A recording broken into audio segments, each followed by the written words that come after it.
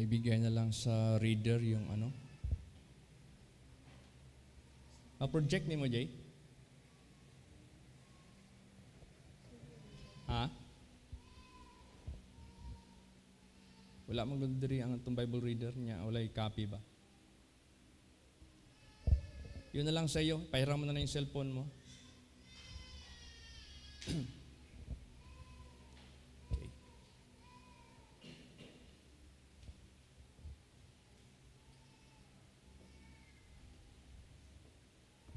Everybody say, praise the Lord.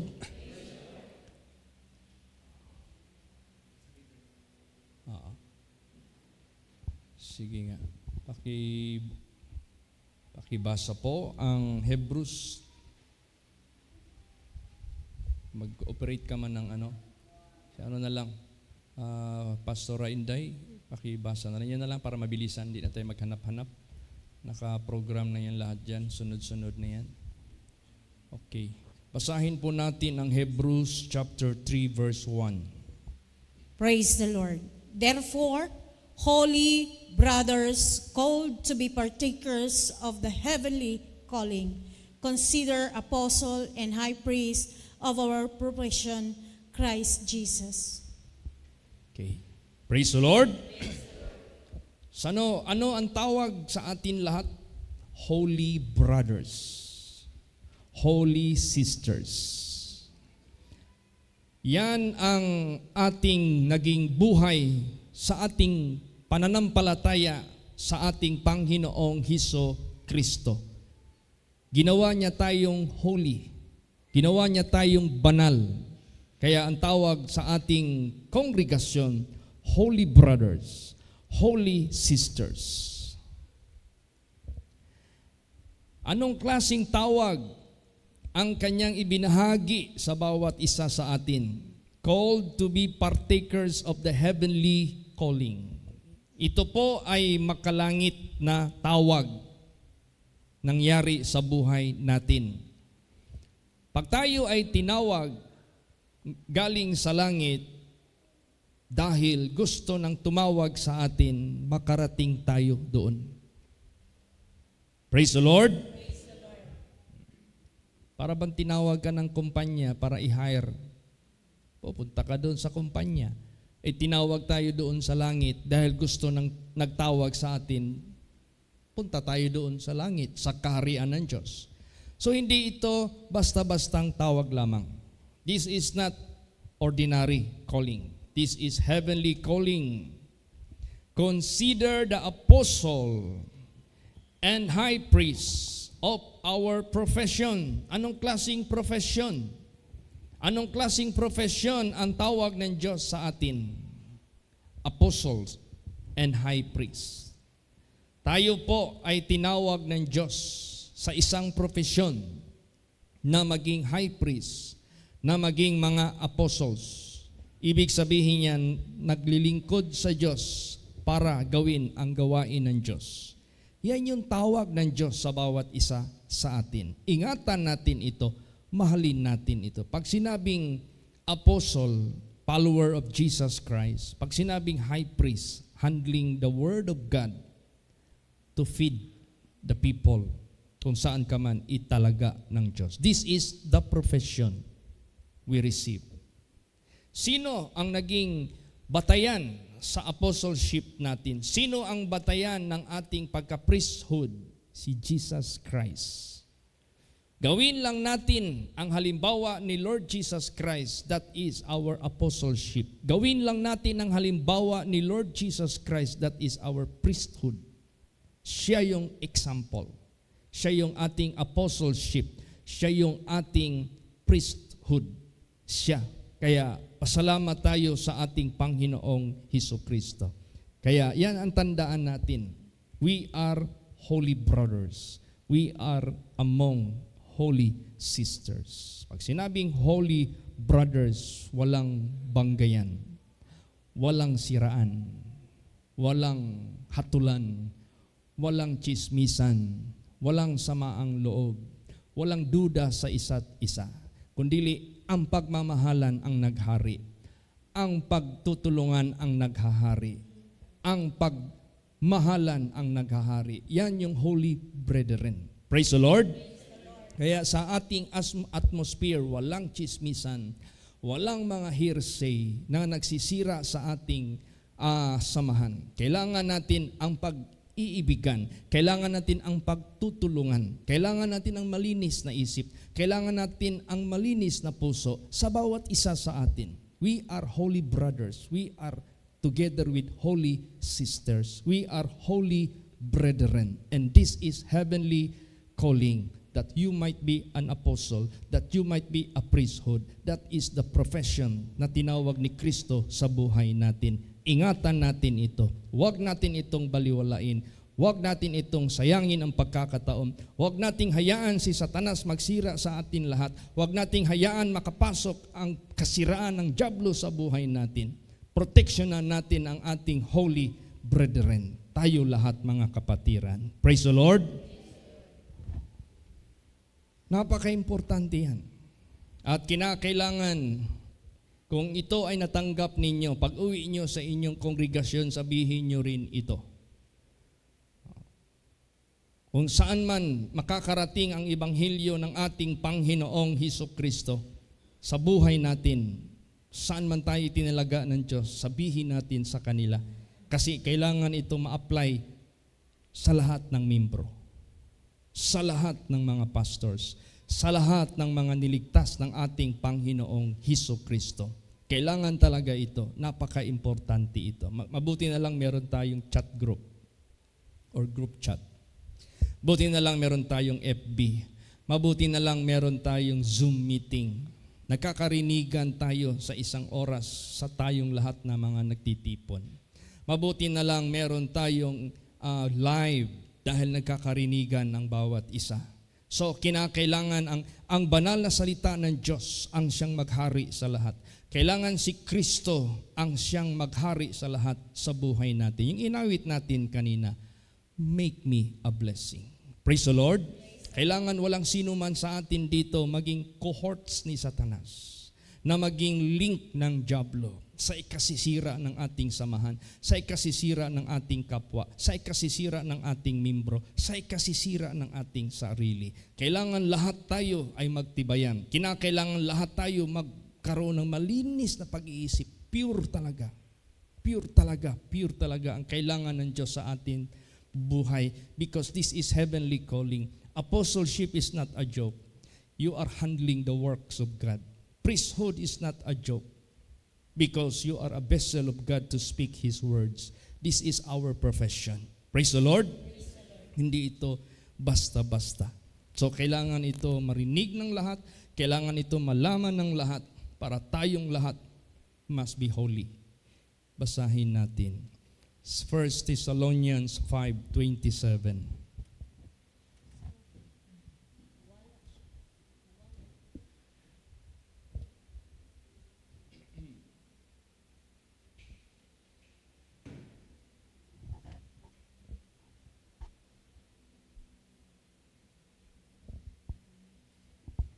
Praise the Lord. I charge you by the Lord that this letter be read to all the holy brothers. Yes. Sino ang nag-utos nito na kinakailangan this letter, this message na mababasa sa lahat ng mga holy brothers? Sino ang nag-utos nito? By the Lord Jesus Christ. Praise the Lord. Wala namang ibang ating ituturing na pag ang banal na salita ng Diyos ay sinasalita, wala nang ibang nag-uutos niyan ang Diyos, ang ating Panginoong Hesukristo. Wala nang iba. Kaya, I charge you by the Lord, kasi siya yung nag-utos, siya yung gusto nito, that this letter, itong sulat na ito, mabasa sa lahat ng mga holy brothers. Holy brethren, sabihin na lang natin para makasama yung mga sisters. Kailangan mabasa ang lahat. Na heavenly calling ang tanggap natin. Ang ating profession is apostleship and priesthood. At si Jesus Christ ang ating batayan sa apostleship natin. Si Jesus Christ ang batayan natin sa priesthood natin. Siya. Pag tinularan natin ang ating Panginoong Hesukristo, that is the so-called quality of apostle. Pag tinularan natin si Lord Jesus Christ, that is the quality of priesthood. Kaya, lahat dapat makaalam nito. Dapat lahat makabasa nito. Sabi dyan. Hindi basta-basta itong tawag ng Diyos sa atin. Huwag nating hayaan si Satanas makarumi sa isip natin. Huwag nating hayaan si Satanas magdungi sa ating mata, sa ating mga paningin, sa ating mga kapatiran. Huwag nating hayaan si Satanas makadungi sa utak natin, sa ating kapwa. Huwag. Pag sinabing holy, that is pure. Pag sinabing holy, that is sinless, is unspotted. Kaya, pangalan lang ng ating karatula, holy place. The place of the holy brethren. The place of the holy God. Inutos ng Diyos sa atin, be holy because your God is holy. Pag meron kang masamang isip sa kapwa mo, you are no longer holy. Pag nagdududa ka sa kapwa mo, nagcha-charge ka sa kapwa mo, hindi ka na holy sa harapan ng Diyos. Kaya nga, commit unto the Lord who is the judge of all. Kaya si Jesus Christ, tingnan mo naman yung bibig ni Lord Jesus Christ. There is no guile. Walang guile. Walang kasamaan. Because He is holy. And we must be holy. Praise the Lord. Holy calling ito. Basahin natin. 2 Timothy 1:9. Praise the Lord, who has saved us and called us with a holy calling, not according to our works, but according to His own purpose and grace which was given us in Christ Jesus before the eternal times. Yes. Bago ang eternal times, kung tawagin, bago ang kabilang buhay, bago ang eternal life, bago ang eternal kingdom, dito pa tayo sa mundo. Habang nandito tayo sa mundo, niligtas tayo. Habang nandito tayo sa mundo, tinawag tayo with a holy calling. Hindi ayon sa ating mga gawa, kundi ayon sa kanyang purpose, kundi ayon sa kanyang grasya na ibinigay niya sa atin diyan sa ating Panginoong Hesukristo. So this is holy calling. Banal ito na tawag ng Diyos. Hindi batayan sa ating mga gawa. Hindi batayan sa ating plano, kundi sa purpose ng ating Panginoong Diyos that we must be holy. Praise the Lord. That we must be pure. Tapos yung pag-ibig natin sa isa't isa, walang pampaimbabaw. Walang plastikan. Yung pag-ibig natin sa isa, tagus sa espiritu, tagus sa kaluluwa. Beyond our relationship in our flesh. Higit pa sa relasyon natin habang nandito tayo sa laman. It is divine love. Yun ang pag-iibigan natin, gagawin natin sa mata ng ating Panginoong Diyos. Praise the Lord. Holy calling. Not according to our works, but according to His purpose, by His grace. Alam mo, ang pagpili ng Diyos sa atin, hindi basta-basta. Meron tayong direksyon. Hindi ito na organisasyon lang ito na ginawa ng tao na sinimula ni Pastor Samuel Algabre. Hindi po. Hindi ito organisasyon na itinuloy ng mga senior pastor. Hindi po. No. Hindi po. This is the purpose of God. Pag tayo ay naniwala sa Kanya, pag tayo sumunod sa Kanya, hindi basta-basta ang kapangyarihan ng Diyos sa paggamit niya sa bawat isa. Praise the Lord. At ang kaligtasan na kanyang ipinangako, tunay ito at totoo. Kaya kailangan natin laging isa isip, isa puso. This is holy calling. This is heavenly calling. Para maging apostle ka ni Kristo. Para maging priest ka ng ating Panginoong Hesus-Kristo. Basahin natin 1 Peter 2:9. Praise the Lord. But you are a chosen generation, a royal priesthood, a holy nation, a people for possessions, so that you might speak of the praises of him who has called you out of darkness into his marvelous light. Yan. In this generation, we are chosen of God.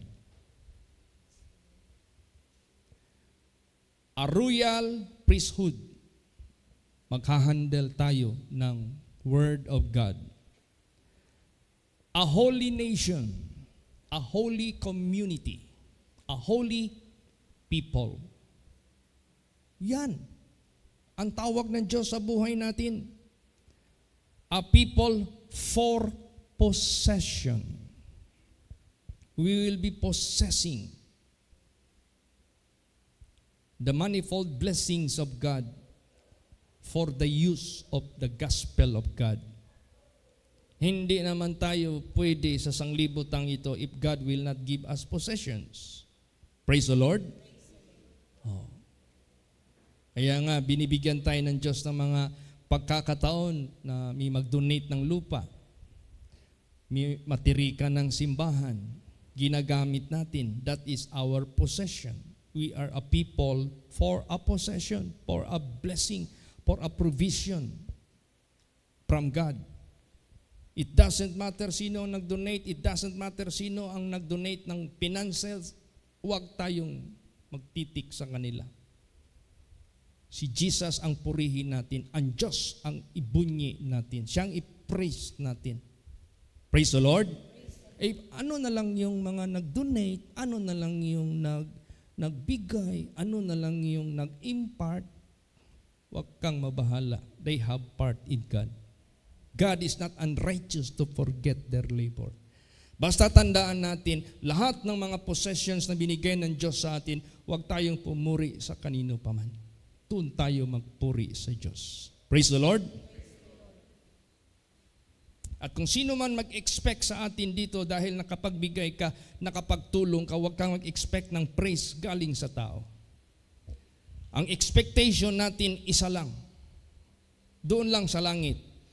Para hindi masayang ang lahat, hindi maging in vain, kailangan natin ipagpatuloy ang ating paglilingkod hanggang sa kamatayan. Para hindi ma-forfeited lahat ng ating mga iginawa na pag-ibig para sa saints, para sa pangalan ng ating Panginoong Hesus-Kristo. Kaya nga sinabi diyan, that you might speak of the praises of someone, of a pastor, of a member, of a senior pastor, of a junior pastor, of a rich member, of the donor. No! Let us speak of the praises of Him. Praise the Lord. Praise the Lord. Magsasalita tayo lahat sa kapagpupuri doon sa Panginoong Hesus-Kristo. Siya ang ating purihin. Siya ang ating dakilahin. Wala nang iba. Ang ating sarili, we have none to be praised, to be adored, to be honored, to be glorified. Wala tayo. Ang importante ang atin galing sa Diyos. Pag ang Diyos na mag-glorify sa atin, pag ang Diyos na mag-honor sa atin, that is true and genuine, real honor from God. Praise the Lord. Meron kang tatanggapin sa Diyos. God is not unrighteous to forget your labor of love that you have shown toward the saints and toward His name. Sa pangalan niya. Basta ang instruction ng Diyos sa atin, let us speak praises of Him. Praise the Lord. Huwag tayong mag-adore ng tao. Huwag tayong magpuri ng tao. Huwag. Huwag. Huwag. Kasi ang instruction ng Diyos sa atin, let us speak of the praises of Him, not anyone among us. Praise the Lord. Para mahirap kasi pag pinupuri mo yung tao, magmayabang. Para mong tinutulak yung taong ibagsak ng Diyos. Kasi lahat pagmamayabang, binabagsak ng Diyos. Mas mabuti walang purihin para lahat magpakumbaba. Isa lang ang itaas natin, ang Diyos lang. Para lahat na magpapakumbaba, lalo kang itataas ng Diyos. Praise the Lord. At habang tinataas ka ng Diyos, lalo kang magpakumbaba. Lalo kang magpakumbaba. Do not speak proudly against your neighbor. Do not speak evil against your neighbor. Do not charge against your neighbor. Huwag. Huwag nating gawin yan. Let us always be very careful of all sa buhay po natin. Kasi pag sinabing holy, that is divine nature. Nature yan ng Diyos na banal sa langit, na walang kapintasan, walang kasalanan, perfect. So tayo, holy brethren, holy sisters, holy brothers, kailangan yan makita sa buhay natin. Kailangan yan gawin natin. Kailangan yan i-apply sa buhay natin. Para liliwanag tayo saan man mundong ito. Si Kristo na ang nabubuhay sa atin. Si Kristo na nakikita sa buhay natin. Si Kristo lang ang liwanag na totoo. Si Kristo lang ang katotohanan. Si Kristo lang ang daan. Siya lang ang buhay. Pag yan ang makikita sa buhay natin, praise the Lord. Maliligtas ang maniniwala sa ating pinapakita sa kanila na si Kristo Jesus. Yun lang. Basahin natin ang divine nature of God, na tayong lahat partakers nito. Kabahagi tayo. 2 Peter 1:3 hanggang 10. Praise the Lord.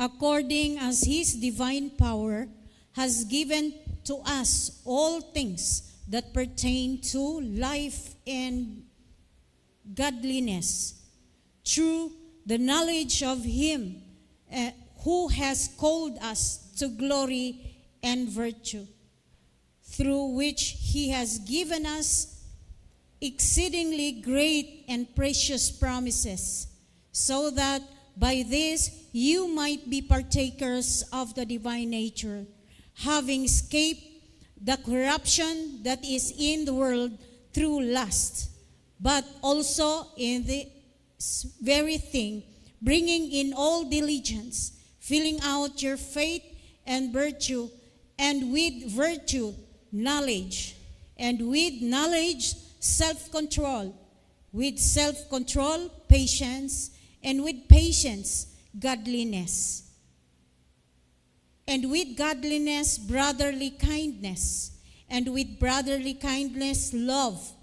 For if these things are in you and abound, they make you to be neither idle nor unfruitful in the knowledge of our Lord Jesus Christ.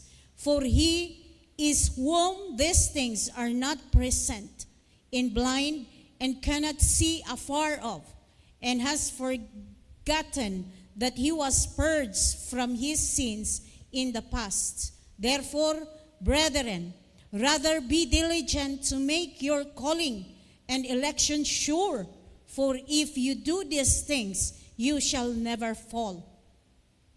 Ayan. Praise the Lord. Praise the Lord. Yamang ipinagkaloob sa atin ng kanyang banal na kapangyarihan ang lahat ng mga bagay na nauukol sa kabuhayan at sa kabanalan. Napaka-importante ang word kabanalan. Pag sabi saan ka nagsisimba sa banal na dako, therefore banal ka dapat. Anong maririnig sa atin? Nagmamahalan. Anong marinig sa atin? Nagtutulungan. Anong marinig sa atin? Nag-iibigan. Anong marinig sa atin? Nagpapatawaran. Anong na maririnig sa atin? Lahat ng mga karakter ng Diyos nandito dapat lahat nakita sa atin. At ni isang karakter ng Diablo wala sa atin dapat. Kasamaan, karumihan, kalikuhan, kasiraan, masamang isip, lahat-lahat na ng mga bagay-bagay na karumihan, karumal-dumal, kasalanan sa harapan ng Diyos. Wala yan, hindi yan makita. Dapat sa ating mga kapatiran. Praise the Lord. Kaya nga itong gathering natin, ito yung pagtitipon ng mga banal. Pagtitipon ng mga humble. Pagtitipon ng mga lovely. Pagtitipon ng mga helper. Pagtitipon ng mga meek.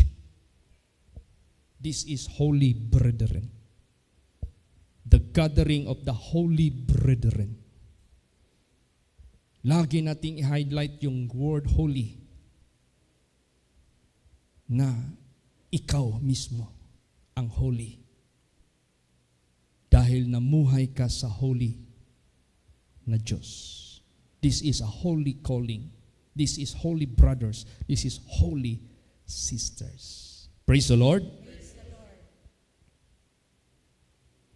Na dahil dito ay ipinagkaloob niya sa atin ang kanyang mahahalaga at napakadakilang pangako. Pag mamuhay tayong banal, malinis, matuwid, walang kapintasan,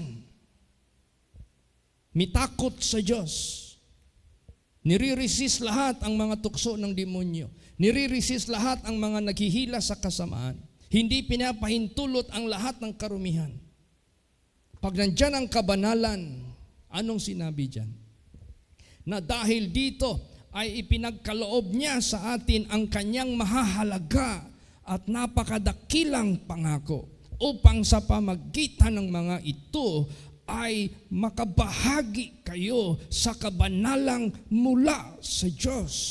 Yamang nakatanan sa kabulukang nasa sa sanglibutan dahil sa masamang pita.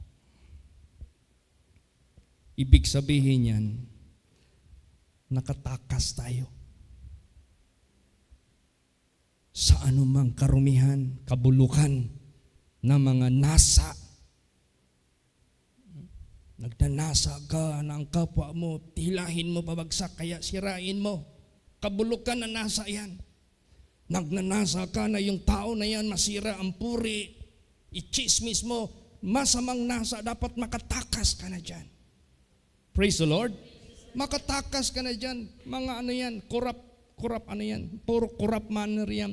Yamang nakatanan, nakatakas sa kabulukang nasa sa sanglibutan dahil sa masamang pita. Yung masamang pita, masamang, yung bang gusto mong masama na pita. Pag sinabing masamang pita, yung gagawa ka ng masama sa kapwa mo, gusto mong maging mapasama ang kapwa mo. Huwag. Praise the Lord. Praise the Lord. Alisin na yan. Wala na yan. Wala na yan lahat. Wala na yan sa presensya natin. Si Kristo ang pinaka-bida. Si Kristo ang pinaka-sentro. Lahat tayo mamuhay sa buhay ni Kristo Jesus. Lahat tayo si Kristo ang makita sa atin. Lahat tayo si Kristo ang masunod sa atin. Yung ating sarili, forget it. Kalimutan na natin yan. Oo, at dahil din dito, sa pagkaragdag sa ganang inyo ng buong sikap, ay ipamahagi ninyo sa inyong pananampalataya ang kagalingan. At ang kagalingan ay ang kaalaman. Anong klaseng kagalingan?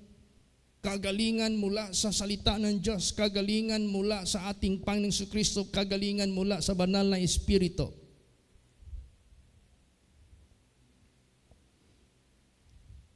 kaalaman. Kaalaman na makalangit, kaalaman na makadiyos, kaalaman na nasa banal na salita ng Diyos na ipinapagawa ng Diyos sa buhay natin. Hindi kaalaman sa mga chismusa, hindi sa kaalaman sa mga nagdududa na nagkikreate ng mga masasamang bagay. Walain lahat yan. Burahin lahat yan. I-resist lahat yan.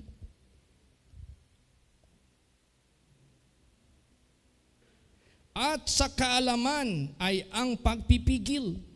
Marunong tayo magpigil. Marunong tayo magtimpi. Tinutukso ka ng dyablo, hindi kay dugtungan mo. Wala kang pagtimpi. Pigil. Kung atakihin tayo ng demonyo, pigilan natin ang sarili natin. Na hindi madugtungan ang kasamaan. Yung sinabi diyan, render not evil with evil. Ginawan ka ng masama, gumawa ka rin ng masama. Hindi ka nagpigil. Pinatuloy mo yung kasamaan na ginawa sa iyo. Gumawa ka rin ng kasama. Ginawan ka ng kasamaan, magpigil ka para maputol na yung kasamaan. Para hindi na magpatuloy. Praise the Lord. Praise the Lord. Magpigil. Sa pagpipigil ay ang pagtitiis. Tiisin mo. Kung hindi tayo magtiis sa laman, hindi tayo hihinto sa paggawa ng kasalanan. Kung hindi tayo magtitiis sa laman, hindi tayo maghinto sa paggawa ng kamalian. Kung hindi tayo magtitiis sa laman, hindi maghinto sa ano pa mang mga pagkahulog sa tukso ng dyablo. Pagtitiis. At sa pagtitiis ay ang kabanalan. Praise the Lord. Keep your body holy. Keep your mind holy. Keep your tongue holy. Keep your imagination holy. Keep your meditation holy. Keep your sight or seeing holy. Keep your ear holy. Keep your feet holy. Keep your hands holy. Lahat ng katawan banal. At ang kabanalan ay ang mabuting kalooban sa kapatid.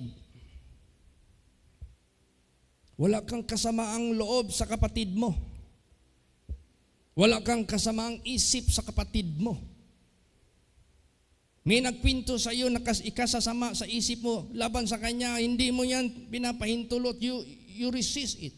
If someone entice you to think evil against your brother, do not consent it. Praise the Lord.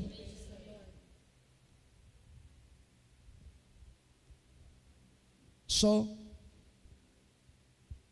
mabuting kalooban sa kapatid. Mabuting kalooban sa kapatid ay ang pag-ibig. Love never do evil. Love never speak evil against his brother. Love never think evil against his fellow.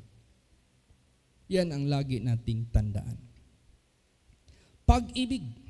Sapagkat kung nasa inyo ang mga bagay na ito at sumasagana, yan yung nakikita sa atin. Pag yan ay nakita ng Diyos, pag yan ay nakita ng mga tao, pag yan ang nakita ng mundo, sa buhay natin, lalo't na sa Diyos.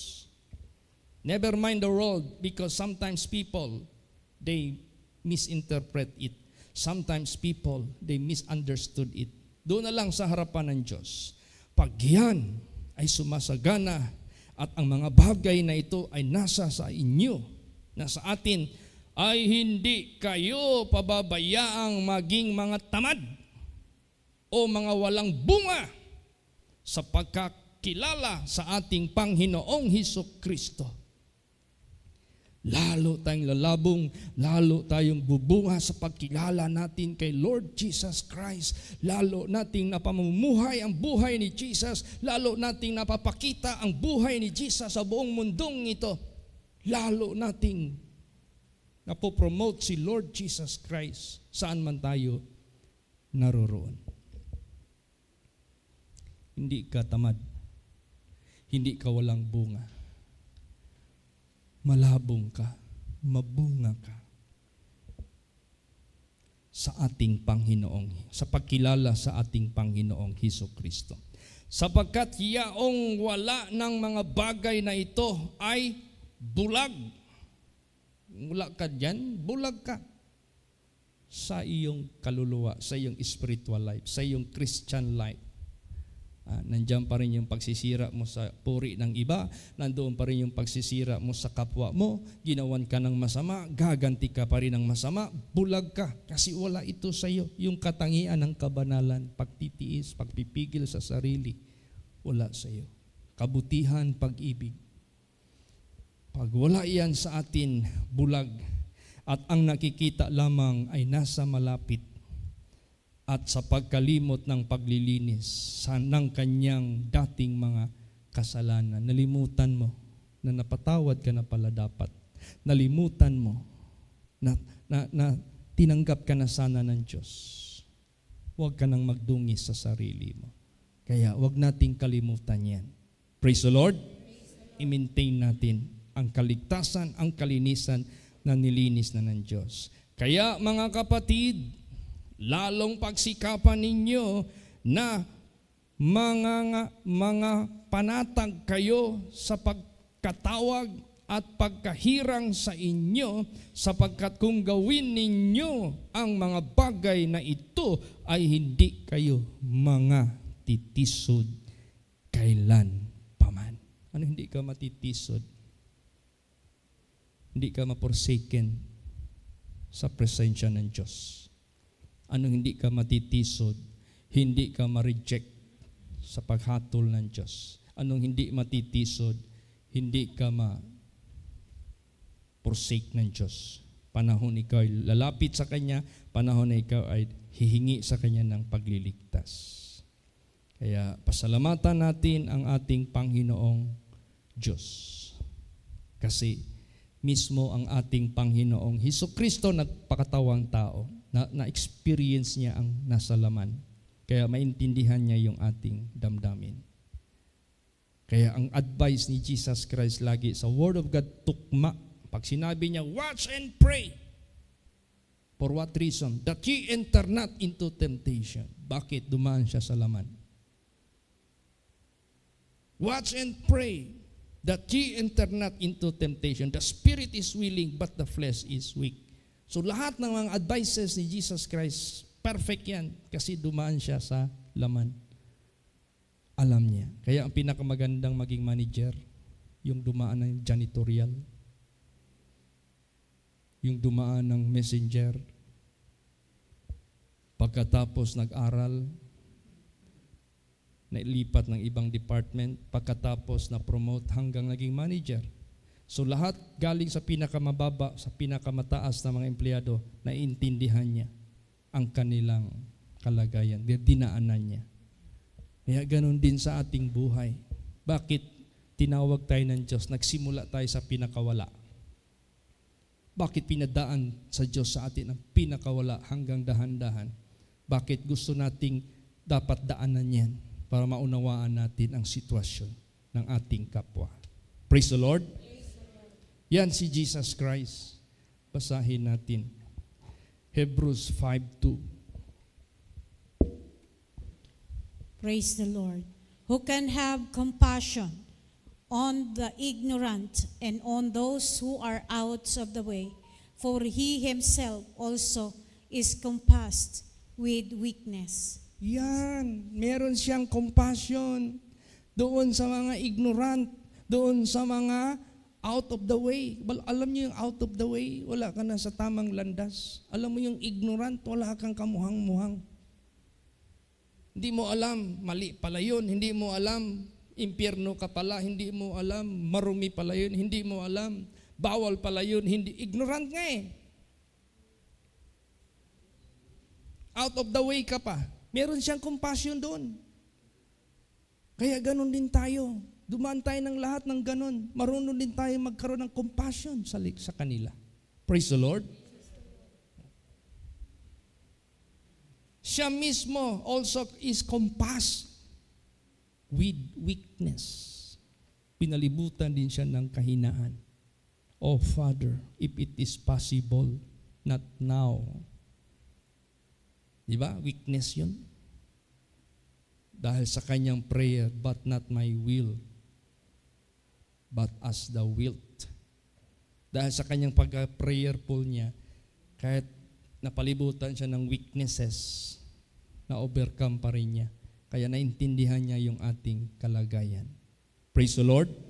Kaya si Jesus lang talaga ang ating laging alalahanin. Ipamumuhay natin ang ating Panginoong Hesus Kristo. So sa priesthood, sa apostleship, si Jesus Christ ang ating sumbanan kung sa Bisaya pa, o batayan. Wala nang iba. Basahin natin Hebrews 7:26.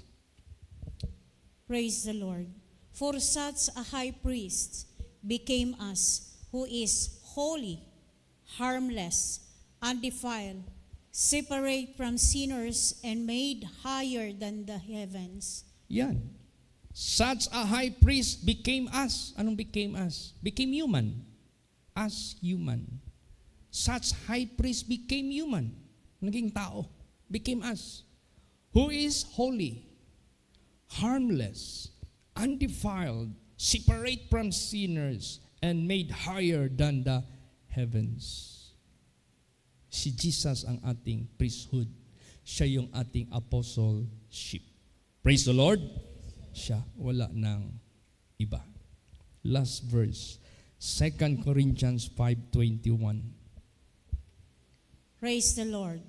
For he has made him who knew no sin to be sin for us, that we might become the righteousness of God in him. Yan. Na nag-anyo siyang isang makasalanan kahit walang kasalanan. Ano ba yung anyo ng kasalanan? Ano bang anyo ng tao? Makasalanan. All have sinned.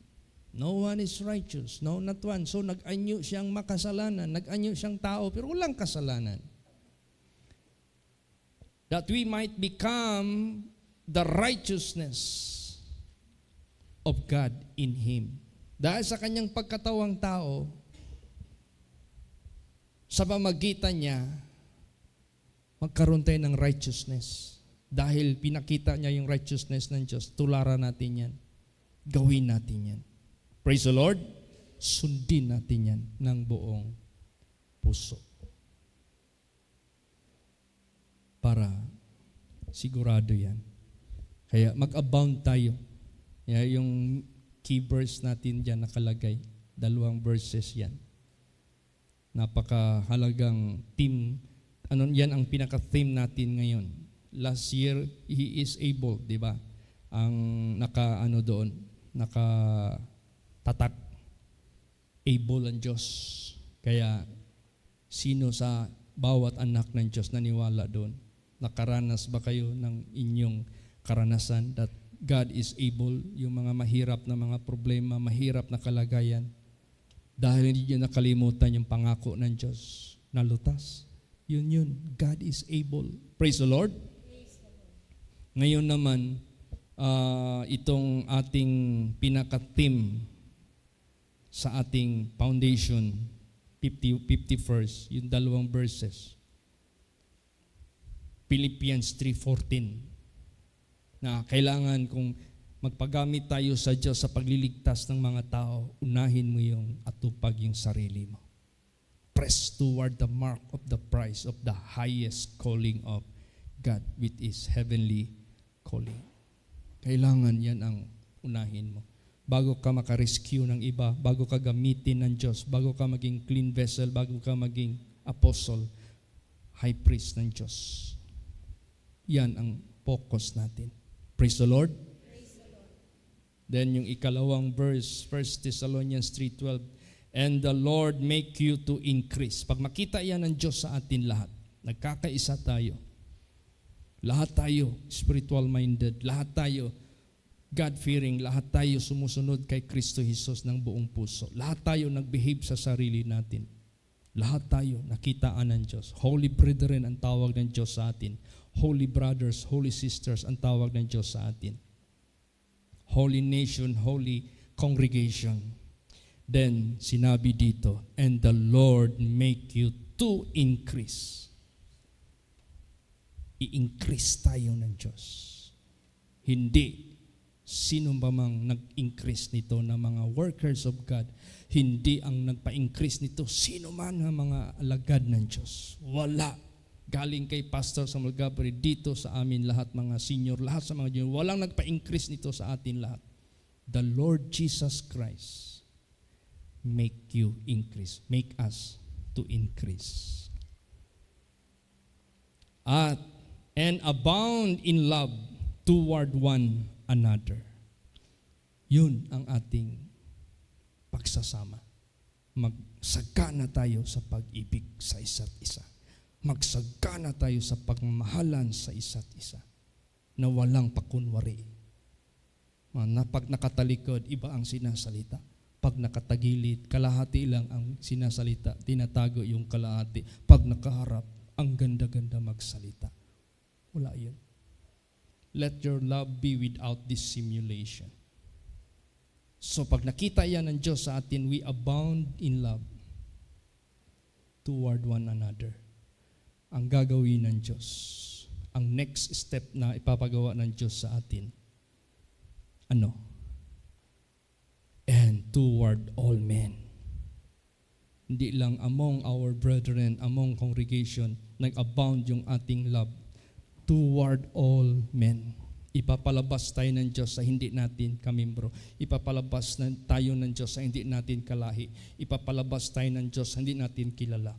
Toward all men. Hindi na mahiya ang Diyos sa atin ipalabas. Hindi na mahiya ang Diyos sa atin ipakala tayo sa buong mundo. Kaya the Lord will increase us. Praise the Lord. Praise the Lord.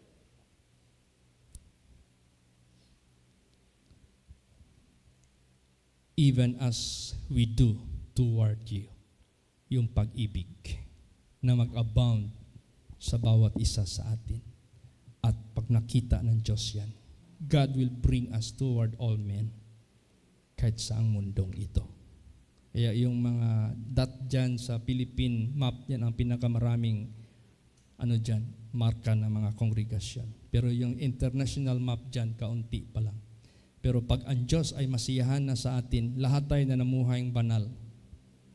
Wala nang mga tirahan, yung atake-atake, siraan, talikurang mga pananalita, dugtong-dugtong na mga kwento na para ikasisira, burahin lahat yan, wala na yan lahat. Kahit anino, wala na yan. Ang pagmahalan, ang pag-ibigan, at ang totoong kabanalan ang makita sa atin.